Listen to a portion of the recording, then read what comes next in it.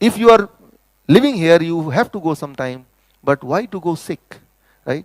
बीमार पड़ के क्यों मरे? That is one important thing. तो उस स्नेक को, डायग्नोस्टिक को बाहर फेंकिए और उसकी जगह ये लैडर पकड़िए. ये सबसे बड़ा लैडर है, सबसे बड़ी सीढ़ी है. ये this ladder is eat the whole food. ये सबसे इंपॉर्टेंट बात. अगर आप ये तीनों दिनों में से आप बोलेंगे मैं सिर्फ एक ही बात आपकी मानना चाहता हूं, तो वो ये सीढ़ी. In this whole 3 days, if you say that I agree only one thing, तो मैं बोलूंगा आप इसको सुनिए जो अब मैं बता रहा हूं. This is the most important of all the 3 days. ये लैडर ये बोलता है कोई भी फल और कोई भी वेजिटेबल आप उसी फॉर्म में अगर खाते हैं जिस फॉर्म में नेचर ने उसको बनाया है, तो आपका बॉडी कोलैटरल आर्टरीज प्रोड्यूस करता है. Right, your body produces collateral arteries. So collateral arteries क्या है? देखिए इसको समझाता हूं मैं थोड़ा. ब्लड ऐसे फ्लो कर रहा है और यहां पे धीरे धीरे ब्लॉकेज बनता है और एक टाइम आता है ब्लॉकेज 100% हो जाता है, और ऐसे टाइम पे ब्लड आगे नहीं फ्लो करेगा तो आसपास के जो सेल्स हैं दे विल डाई. तो ऐसी इमरजेंसी के लिए जब आप पैदा हुए थे, गॉड ने हजारों इस तरह के कोलैटरल आर्टरी बनाए थे. जैसे कि जब आप गाड़ी खरीदते हैं तो 4 पहियों के साथ एक स्टेपनी भी होता है. मैन्युफैक्चरर चाहता नहीं कि आपका जर्नी में बीच में रुकावट आए, और पंचर जब होता है तो आप स्टेपनी को इस्तेमाल करते हैं, आपकी जर्नी चलती रहती है. ठीक इसी तरह से हजारों की तादाद में स्टेपनी यानी कि कोलैटरल आर्टरीज जब आप पैदा हुए थे आपके बॉडी में, हमारे बॉडी में भगवान ने ये फिट किया हुआ है. अगर आप माइक्रोस्कोप से देखेंगे तो ये अनगिनत छोटे छोटे ब्लड वेसल्स दिखेंगे जो कि अनयूज्ड है, अनयूज्ड लाइक ए स्टेपनी. लेकिन ये बॉडी इमरजेंसी में यूज करती है. जब कभी ब्लॉकेज होता है तो बॉडी क्या करती है, ये दोनों एंड खोल देती है और ब्लड यहां से फ्लो होता है. और ब्लॉकेज है तब भी आपको हार्ट अटैक नहीं होगा, आपको ब्रेन स्ट्रोक नहीं होगा, आपको पता भी नहीं चलेगा. कई बार आता है पेशेंट का कि 100% ब्लॉकेज है भाई तीनों आर्टरी में, लेकिन पेशेंट जिंदा है, स्टिल पेशेंट इज अलाइव, क्योंकि उसे कोलैटरल खुले हुए हैं. कोलैटरल खुले हैं तो उसको पता नहीं चल रहा. राइट, 100% ब्लॉकेज है. तो कोलैटरल अगर आपके खुले हैं, कोलैटरल मतलब एक्स्ट्रा आर्टरी, स्टेपनी का नाम है मेडिकल भाषा में कोलैटरल आर्टरीज. अब सवाल आता है कि अगर ये मैकेनिज्म बॉडी में है तो किसी को हार्ट अटैक आता ही क्यों है? हार्ट अटैक इसलिए आता है क्योंकि जब उसका ये 100% ब्लॉक हो जाता है तो उस वक्त उस इंसान की बॉडी ये दोनों एंड खोल नहीं पाती है और ब्लड यहां इसका इस्तेमाल नहीं हो पाता, तो उसको हार्ट अटैक आ जाता है. राइट, फॉर एग्जाम्पल आपकी गाड़ी पंचर हो गई, आपको स्टेपनी है, लेकिन स्टेपनी होना काफी है क्या उसको बदलने के लिए? लेकिन क्या होता है, अरे वो टूल तो है ही नहीं, है तो हमें आता ही नहीं, कभी देखा ही नहीं. राइट, तो स्टेपनी होना पहला कंडीशन है, बट उसके साथ साथ वो स्किल होना और वो टूल्स होने जो स्टेपनी को बदलने में सहायता करेंगे वो भी इक्वली इंपॉर्टेंट है. ठीक इसी तरह से भगवान ने आपको स्टेपनी बना के भेज तो दिया, स्टेपनी आपकी बॉडी में डाल के, लेकिन ये स्टेपनी को खोलना, इसको यूज करना, उसके लिए टूल्स चाहिए. और 2 टूल है उसके. पहला टूल, सिर्फ पहला सबसे इंपॉर्टेंट टूल, जब आप फ्रूट्स एंड वेजिटेबल को उसी फॉर्म में खाते हैं जिस फॉर्म में कुदरत ने बना के भेजा है, तो वो जब बॉडी में जाती है तो तब वो नाइट्रिक ऑक्साइड बनाने में हेल्प करती है. नाइट्रिक ऑक्साइड क्या है? बॉडी का टूल इसको खोलने के लिए.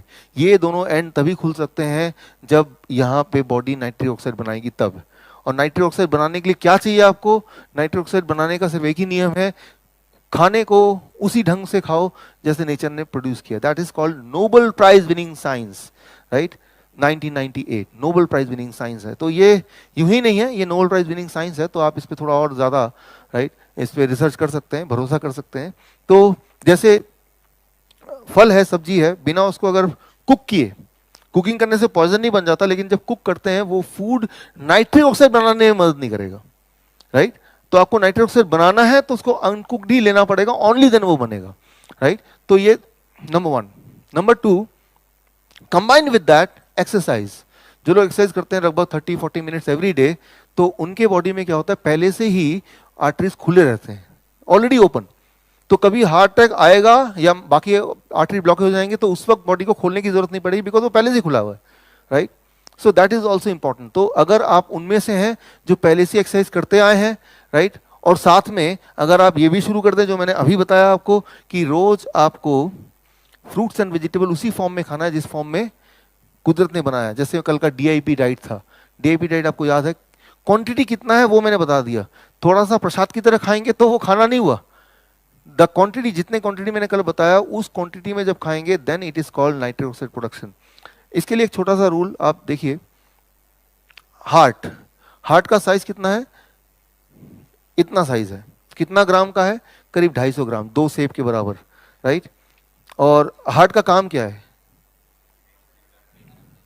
देखिए आपने ये, यू आर राइट, आपने ये सीखा है बचपन से कि हार्ट क्या करता है, उसका एक काम है ब्लड को सर्कुलेट करना पूरी बॉडी में, आर्टरीज में, ब्लड वेसल्स में, कैपिलरीज में, वेन्स में, यही सीखा आपने। और ब्लड वेसल्स कितने लंबे होते हैं बताया था मैंने कल, 1 लाख किलोमीटर।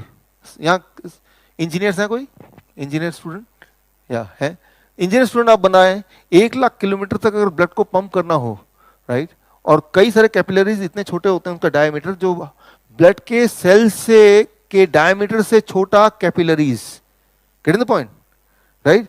पाइप छोटा लेकिन उसके अंदर जो ब्लड सेल्स हैं वो बड़ा, तो कितना पुश करना पड़ेगा, राइट। और कितना लंबा, 1 लाख किलोमीटर, और कब तक, लगातार सालों साल, राइट। उसके लिए मशीन का साइज कितना है, इतना सा। साइंस में, इंजीनियरिंग में क्या लगता है लॉजिकली पॉसिबल है, इतना छोटा सा मशीन, अगर इसको मशीन माने, पंप माने, और इतना लंबा धक्का देके ब्लड को वो लगातार सर्कुलेट कर रहा है, क्या ये लगता है कि ये थोड़ा सा अजीब सा नहीं लग रहा, राइट। तो मैं ये बोलना चाह रहा हूं कि हार्ट क्या करता है, हार्ट का सिर्फ इतना काम है ब्लड को अपने से बाहर फेंकना, उतनी ताकत है उसमें, पूरा सर्कुलेट करने की क्षमता नहीं है उसमें, ब्लड को बाहर फेंकना बस। लेकिन अब क्वेश्चन क्या आएगा, अगर हार्ट सर्कुलेट नहीं करता तो कौन सर्कुलेट करता, सर्कुलेट तो होता है।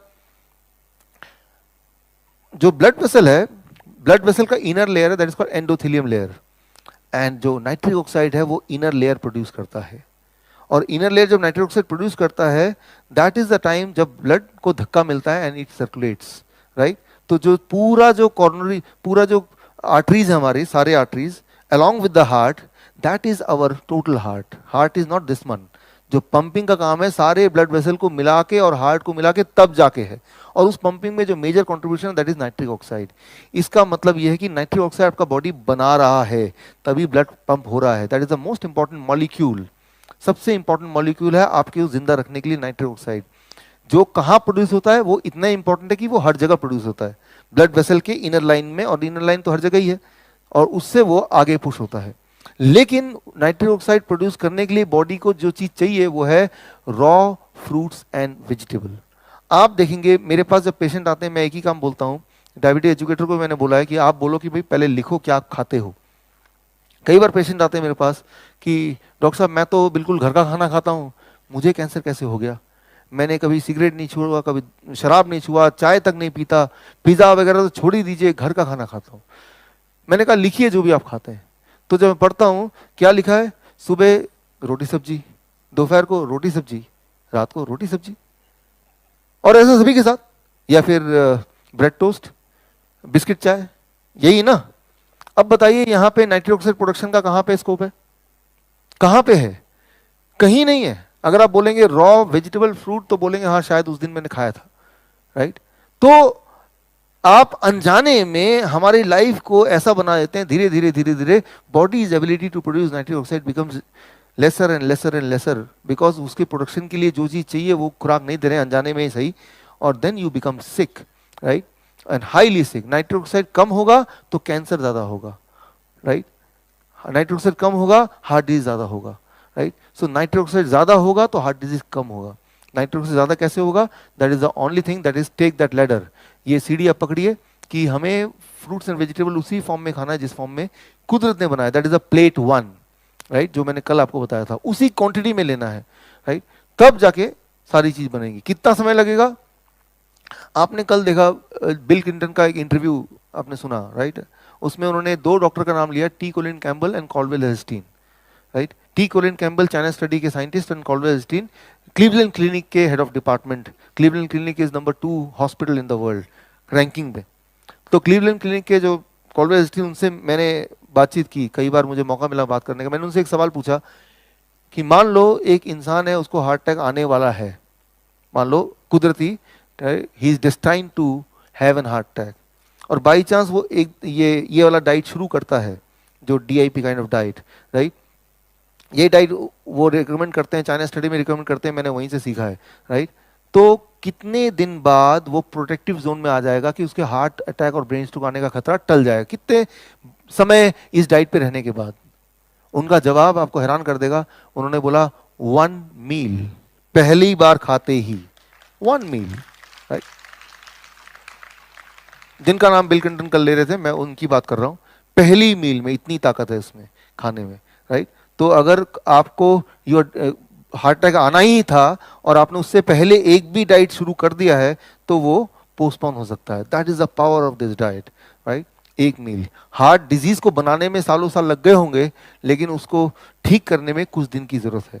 आपको खुद ही पता चल जाएगा कि आपके एंजाइना, पेन, वो सब चीजें एकदम आपको दिखेगा कुछ दिनों के अंदर वो कम होता जा रहा है, वो फील होगा आपको कम हो रहा है। आप देखेंगे कि आप ज़्यादा एनर्जेटिक फील कर रहे हैं। तो द मोमेंट यू स्टार्ट, तो मैं यही बोलता हूँ कि ये लेटर बहुत ही स्ट्रॉन्ग लेटर है।